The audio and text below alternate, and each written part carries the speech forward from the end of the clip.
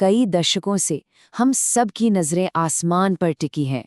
हम एक सिग्नल, एक अंतरिक्ष यान या किसी भी ऐसे सबूत की तलाश में हैं जो हमें ये बता सके कि इस विशाल ब्रह्मांड में हम अकेले नहीं हैं। ये एक ऐसी खोज है जिसने हमेशा से ही हमारी कल्पना को एक नई उड़ान दी है।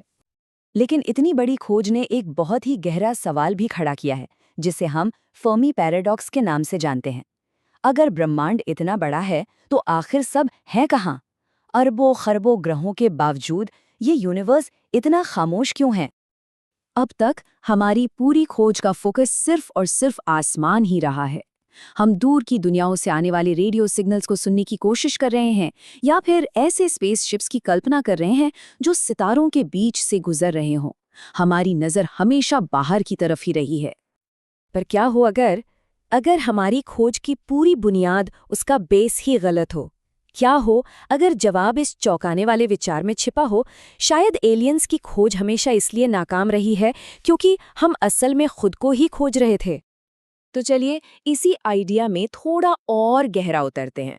अगर हम वाकई गलत जगह देख रहे हैं तो हमें ये सोचना होगा कि अगर एलियन लाइफ पहले से ही यहाँ हमारे बीच मौजूद है तो वो कैसी दिख सकती है? पहली संभावना तो सीधे सीधे किसी साइंस फिक्शन फिल्म जैसी लगती है, प्लाज्मा बीइंग्स। सोचकर देखिए, एक ऐसी चेतना जो हमारे जैसे शरीर में नहीं बल्कि जटिल इलेक्ट्रोमैग्नेटिक फील्ड्स में मौजूद हो। ये जिंदगी का एक ऐसा रूप होगा जिसे हम न तो देख सकते हैं और नहीं छू सकते हैं। दूसरी संभावना हमें अपने ही ग्रह के गहरे रहस्यों की ओर ले जाती है। क्या ऐसा हो सकता है कि पूरा का पूरा महासागर एक अकेला विशालकाय जीव हो?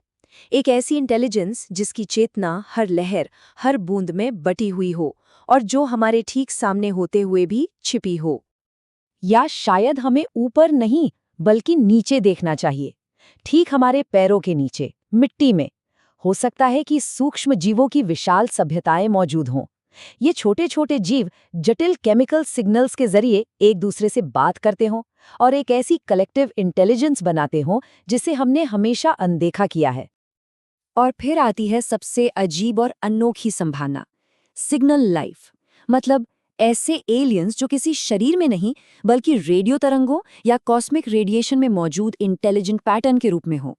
एक ऐसी चेतना जो सिर्फ जानकारी की शक्ल में हो और हर पल हमारे आर पार गुजर रही हो और हमें पता भी न चले। तो ये हैं वो 4 हैरान कर देने वाली संभावनाएं। प्लाज्मा में बसी चेतना, महासागरों की सामूहिक बुद्धि, मिट्टी के नीचे की सभ्यताएं और वो सिग्नल लाइफ जो हमारे आर पार गुजर रही है। ये हमें याद दिलाता है कि जिंदगी हमारी सोच से कहीं ज्यादा अजीब हो सकती है। लेकिन सवाल सिर्फ ये नहीं है कि वो क्या हो सकते हैं।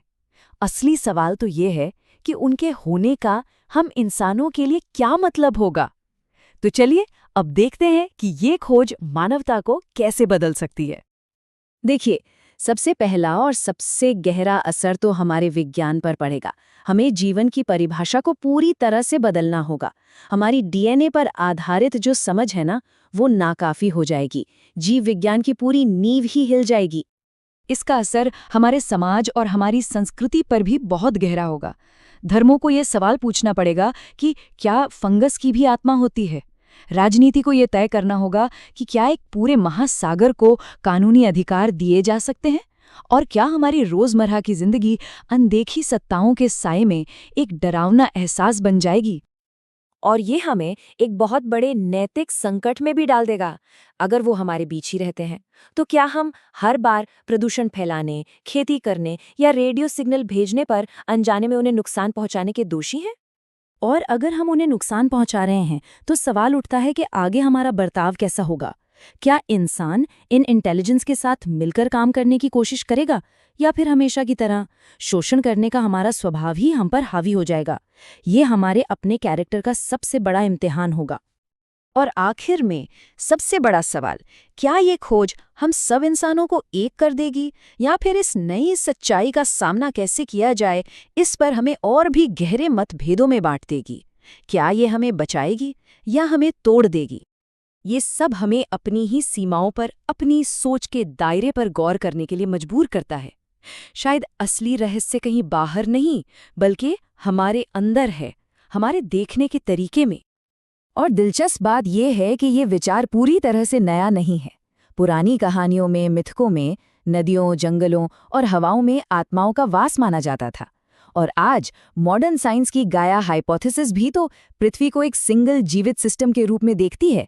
तो ये दिखाता है कि एक जिंदा, सोचने समझने वाली दुनिया का आइडिया हमेशा से हमारे साथ रहा है। तो कुल मिलाकर असली समस्या है हमारा ह्यूमन सेंट्रिक बायस, मतलब हमारी ये गहरी सोच कि इंटेलिजेंस को हमारी तरह ही दिखना और व्यवहार करना चाहिए। इसका मतलब ये है कि शायद असली रुकावट अंतरिक्ष में नहीं, बल्कि हमारी अपनी कल्पना में है। और ये हमें इस अंतिम और सबसे ज़रूरी निष्कर्ष पर लाता है, मानवता को अपनी सबसे बड़ी चुनौती का सामना करना पड़ सकता है, अपने से बिल्कुल अलग इंटेलिजेंस को पहचानना सीखना और उसके साथ मिलकर रहना सीखना। ये एक ऐसा सवाल है जो हमें ये सोचने पर मजबूर करता है कि हम असल में क्या खोज रहे हैं।